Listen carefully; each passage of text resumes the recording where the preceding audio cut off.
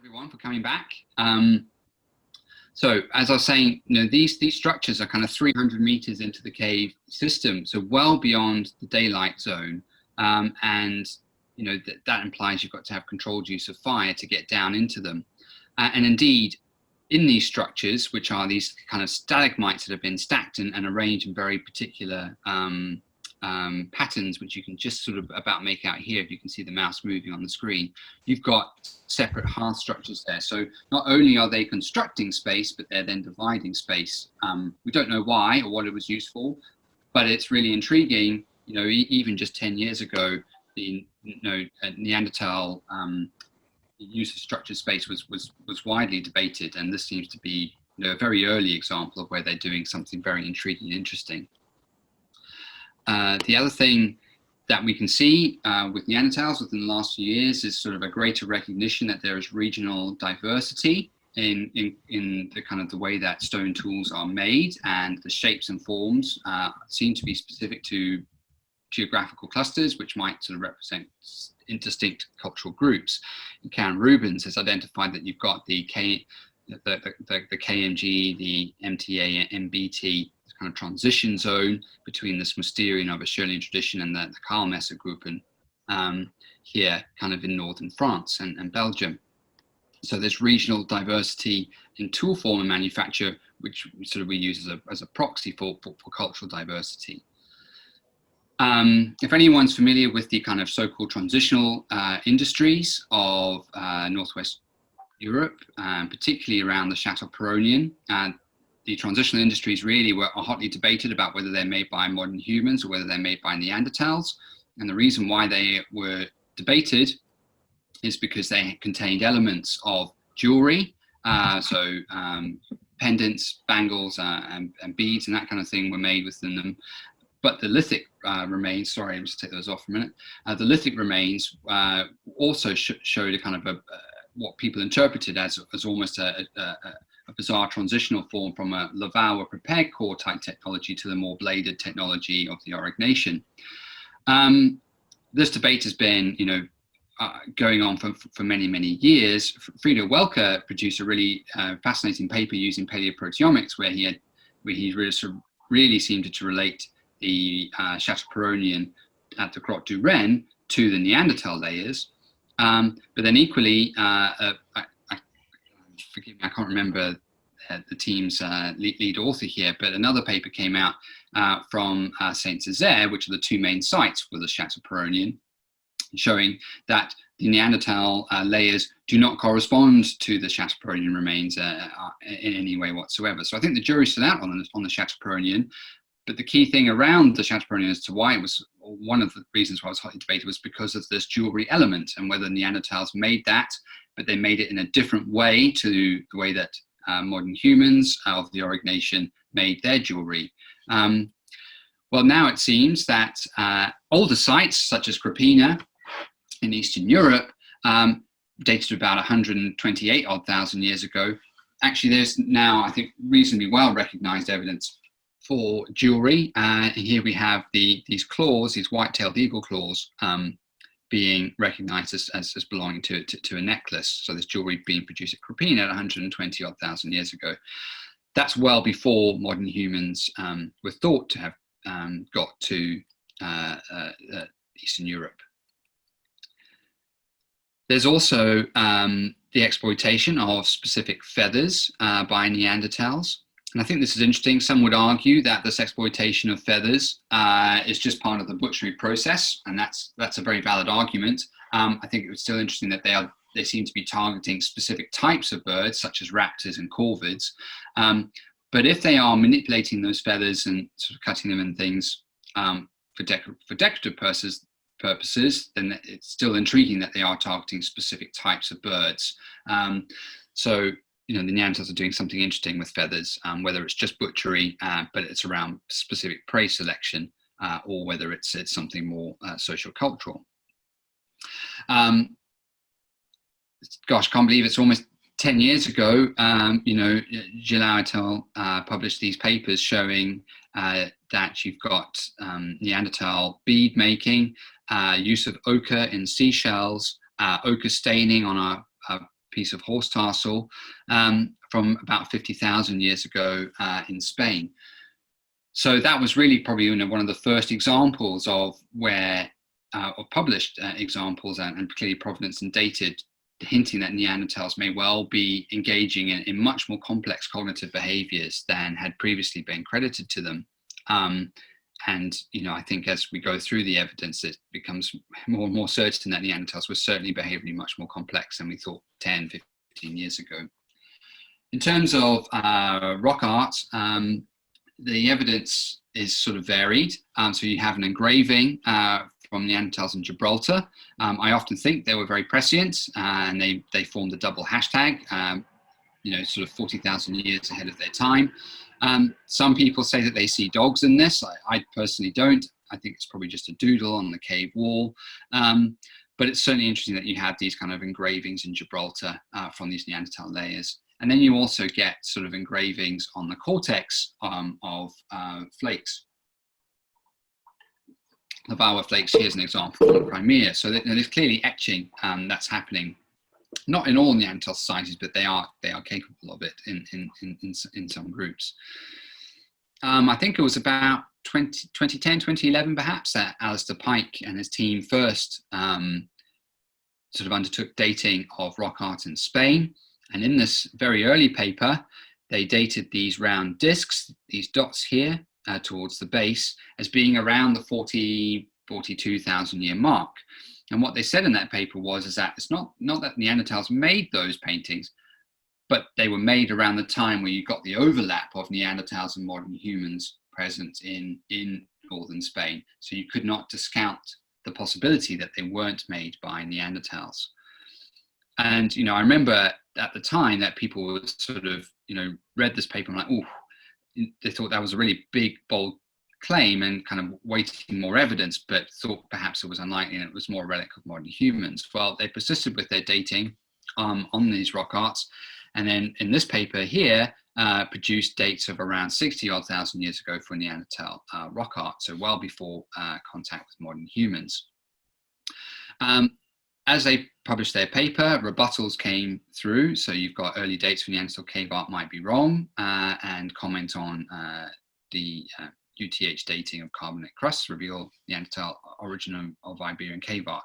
So you've got rebuttals to that, but then you equally have rebuttals to the rebuttals by the author team. And so I think, Neanderthal cave art in this respect might be something you need to make your own mind up. But I mean, I certainly think the dating seems very interesting, and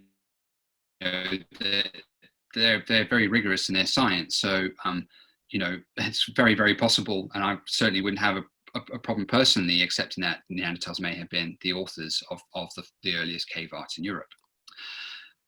That's some of the kind of the larger kind of symbolic behaviors that Neanderthals now seem to be engaging in. But there's also just kind of show that there's a broader range to complexity in human behavior than just these big milestones. So one really intriguing example for me, for example, is this example here from the Krapina Neanderthals, where they seem to have been using toothpicks to clean their teeth.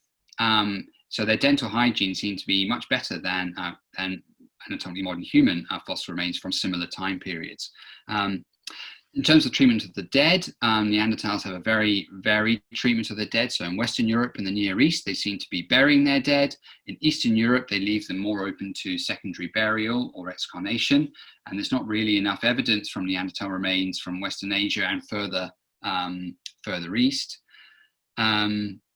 in terms of what Neanderthals were doing, but there seems to be varied practice there, and Neanderthal treatment and burial of the dead is now well, I would say, well accepted.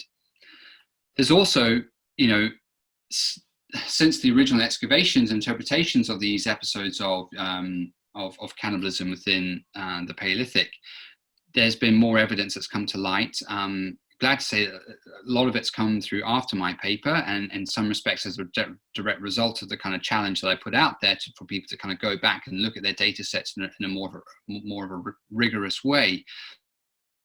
But we can even see that within Neanderthal groups, there's variation of treatment of the cannibalism remains. So here we have at the Troisième Goyet cave in Belgium. You've got these these individuals were butchered and eaten, cut marked, but then some of the bones were turned into tools. So they were actually worked and shaped into bone tools for use presumably by the consuming group.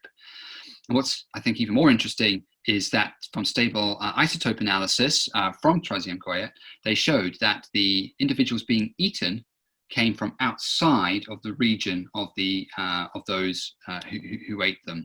So this is an example of exocannibalism, either by Neanderthals or another so far unknown group of Upper Paleolithic modern humans. So, it's this kind of reanalysis of data sets and fine-grained complexity that I think is really helping us answer things. From Müller-Gersey in France, they looked at environmental data surrounding the cannibalism episodes, and what they show kind of through MIS stage 6, 5, and down into 4. In 4 to 3, there's quite a large number of sites present in France. Stage 5E, very few, and then 6, a larger number again. So through time, from bottom to top, it seems that you've got sort of climatic or environmental collapse and a collapse of Neanderthal groups in the region. And it's 5E where the cannibalism event occurred at Müller-Gersey. So the theory now is that this actually was a genuine example of survival cannibalism due to these collapsing environmental factors around, and then populations come back again at stage 4.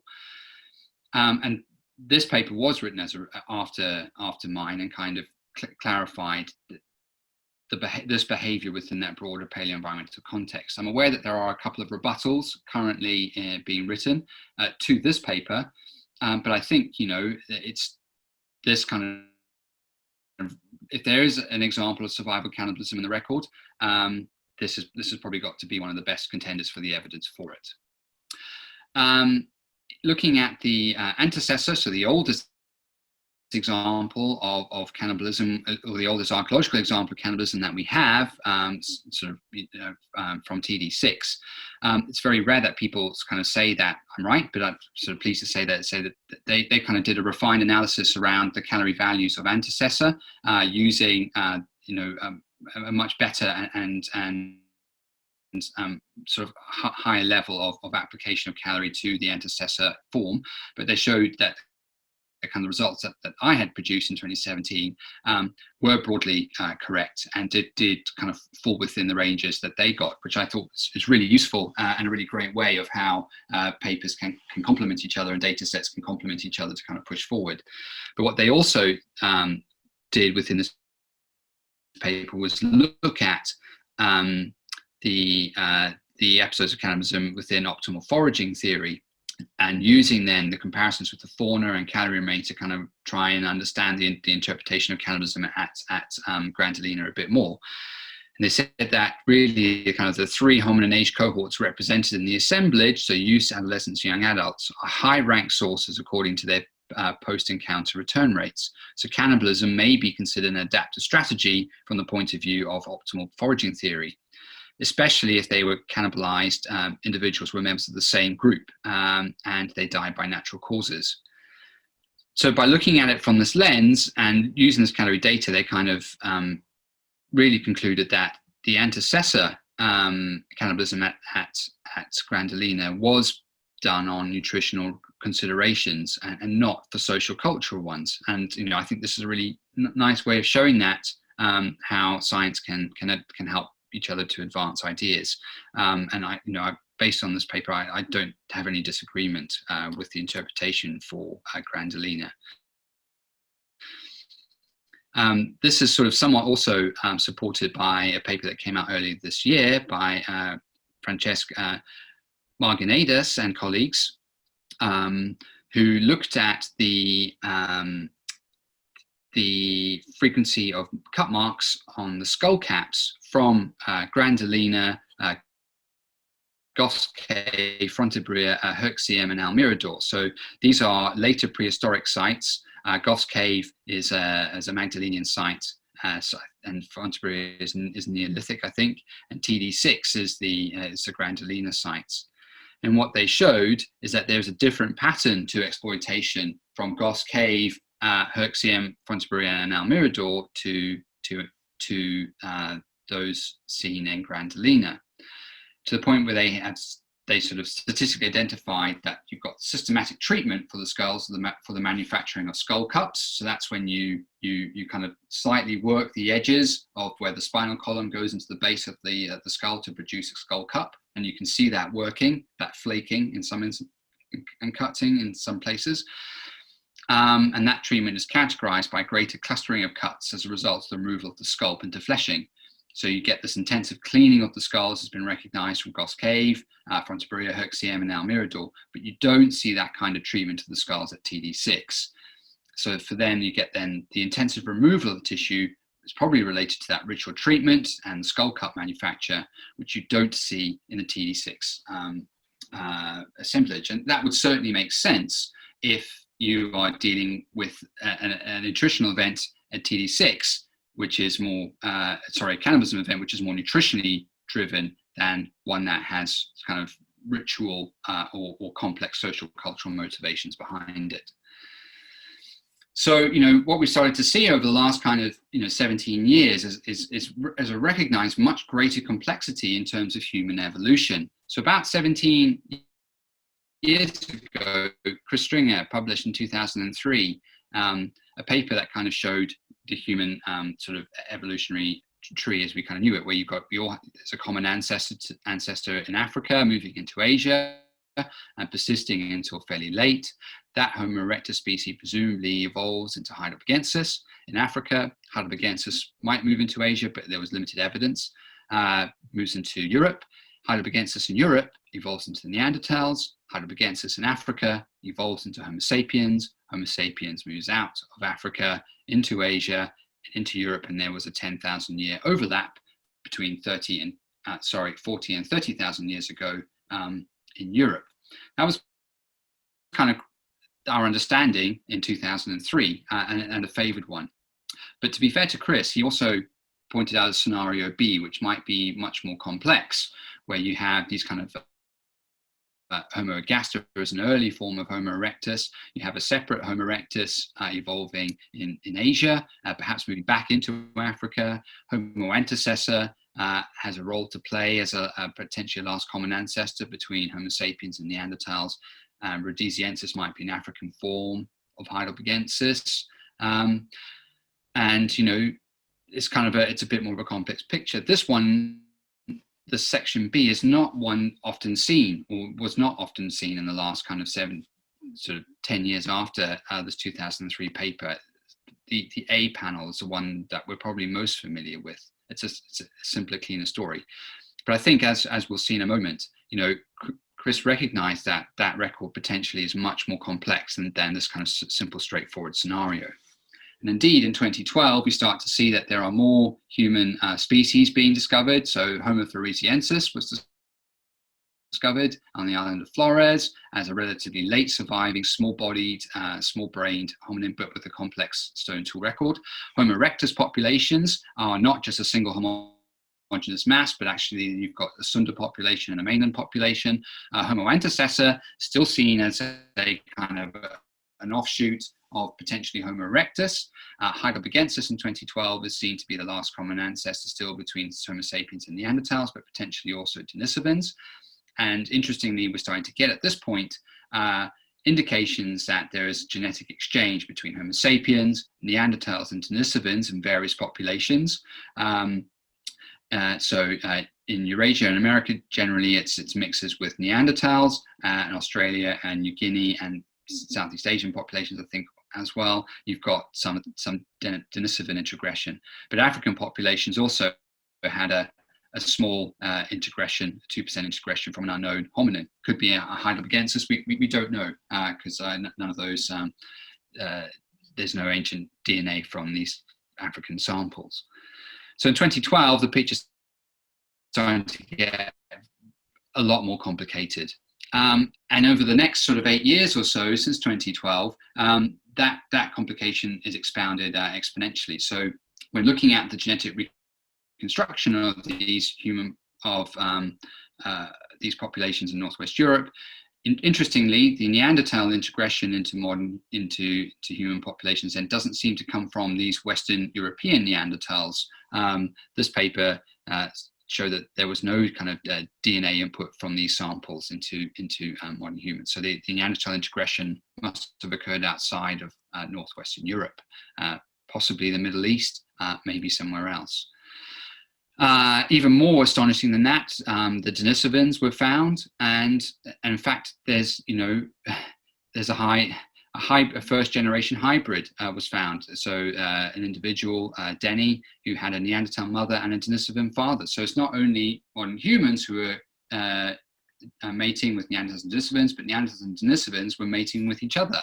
And as we start to get more information out of Denisova Cave in terms of its timing and resolution, it seems that there are interlocking layers of Neanderthal occupation, Denisovans, Neanderthals and Denisovans, and then Neanderthals and Denisovans afterwards. So, they're kind of missing each other, but they're at the same time and moving on. So, that's really an incredible site, and there's a wealth of information still to come. There's also interesting lithic technologies and material culture coming through.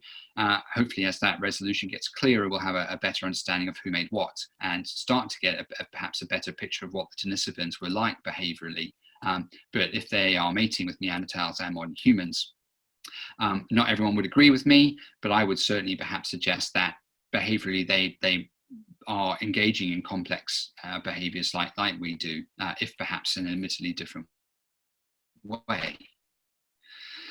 We also see that there's Denisovan DNA in Tibetan populations, modern day Tibetan populations, and in Melanesian populations, and that DNA seems to afford certain evolutionary adaptive advantages. So indigenous Tibetan populations are adapted to high altitude living. That seems to come from the Denisovan component.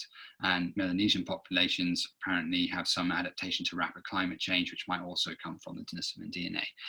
I mean, the DNA is not a silver bullet that kind of answers all our questions, but it is certainly very useful in making us recognize the complexity of the Paleolithic record is much more and much greater than perhaps we were led to believe by just the archaeological material culture evidence on its own.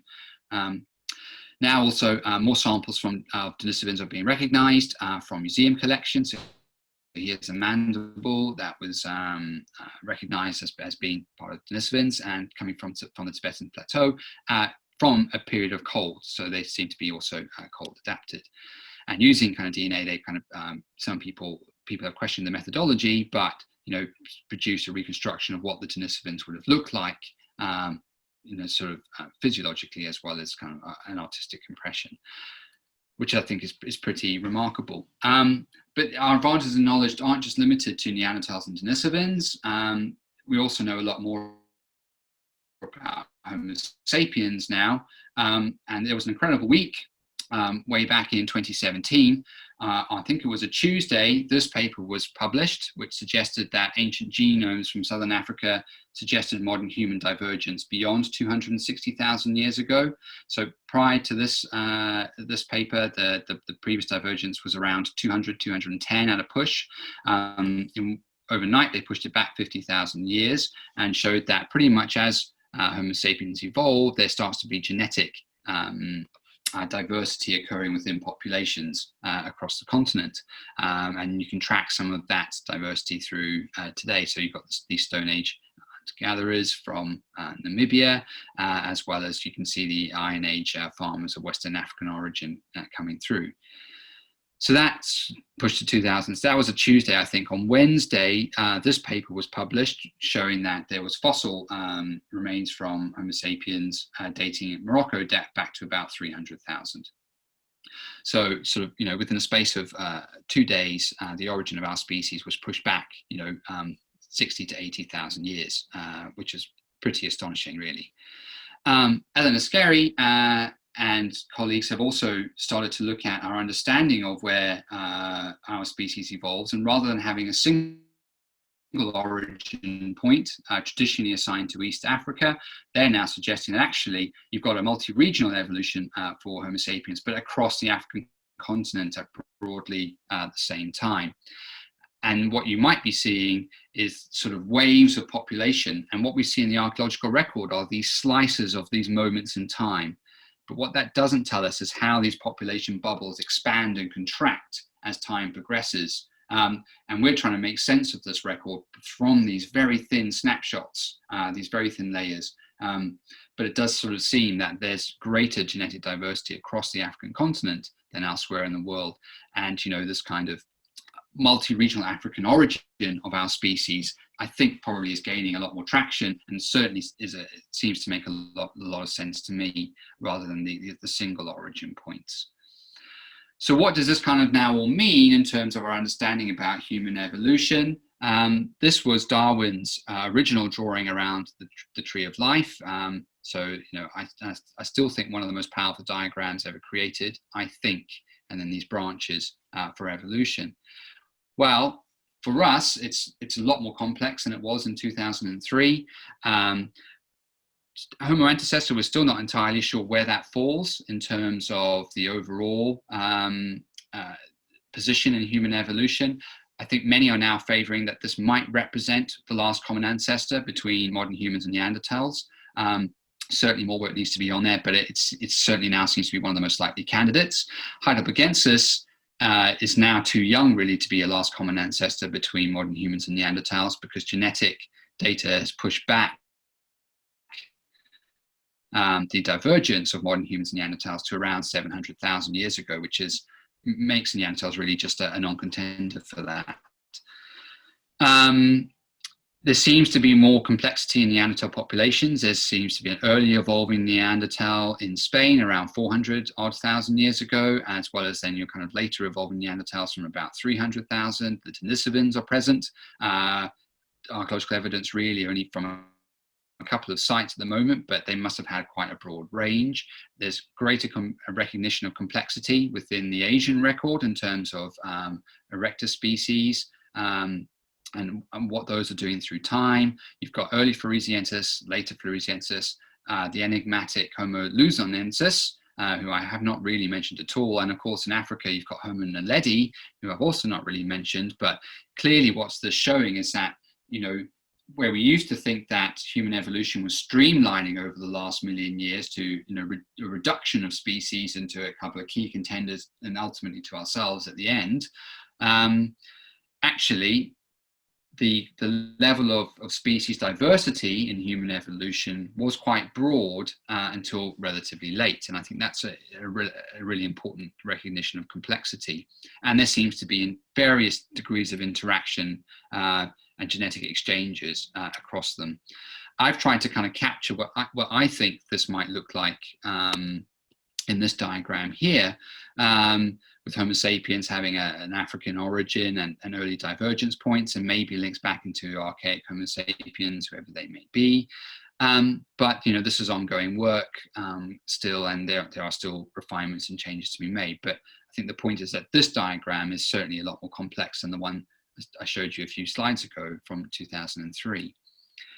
And with that complexity, human evolution is complex. So, I think when we start to examine individual behaviors, we need to also understand and not shy away from the fact that those behaviors may also be complex. So for me, I think undoubtedly each episode of Paleolithic cannibalism has its own specific cultural context or reason for consumption. In some instances, this will represent a more practical meat for meat's sake. Sure, that definitely happened. Approach to food procurement, the consumption of individuals who might die of natural causes within the social group, like at Atapuerca, or maybe survival cannibalism at Mulagursi. Even societies, Western societies often have a very poor view of cannibalism, falsely, I think, but they're not exempt. The Jamestown survived, in the early 1600s. Resorted to survival cannibalism to keep going. This is something that impacts us all. It's not an unusual behavior. It's there across cultures, across societies, and we should embrace the complexity of interpretation.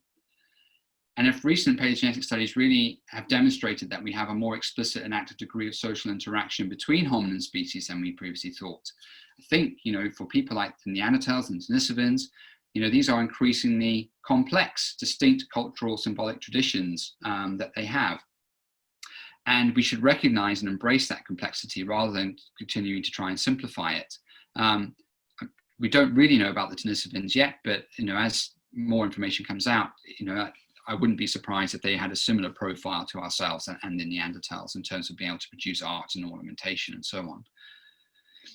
And my big question then would be, if you're dealing, like for the Neanderthals, for example, if you're dealing with a hominid species who have a varying attitude to burial, the treatment of the dead, they clean their teeth, they have knowledge of vegetative matter, they can self-medicate with aspirin from willow bark, they hunt, specialist ambush hunters, women and men are active in that engagement. They're producing art, they're producing ornamentation. If they have this complex behavioral repertoire in all these other spheres of their lives, why would they not have an equally complex repertoire or attitude to cannibalism in the same way that we do with those multiple motivations that I highlighted at the very beginning of this talk? So I think, for me then, the key thing is that when we're looking at Paleolithic cannibalism and prehistoric cannibalism, the default shouldn't be whether it's just nutritional and dietary or ritual. We shouldn't just default to those two very simplistic interpretations. We should embrace what kind of the whole of our understanding of these archaeological remains are, and then kind of see if, within that it makes sense that it is just for dietary sake, or whether there's more of a kind of a social cultural motivation towards these acts. And certainly, that's what the Atapuerca team have done. They've looked at their data sets and they've gone back, they've re-examined, and they said, actually, yeah, in this case, it looks like it is dietary. The same for Milogursi. In this case, it looks like it is survival cannibalism based on all of this extra data that we've looked at. That's fantastic. That's what I'm saying. For the other sites, I think probably the question is still more open-ended, and that the burden of proof should be on that it is about just dietary and meat for meat's sake, rather than that being the default position.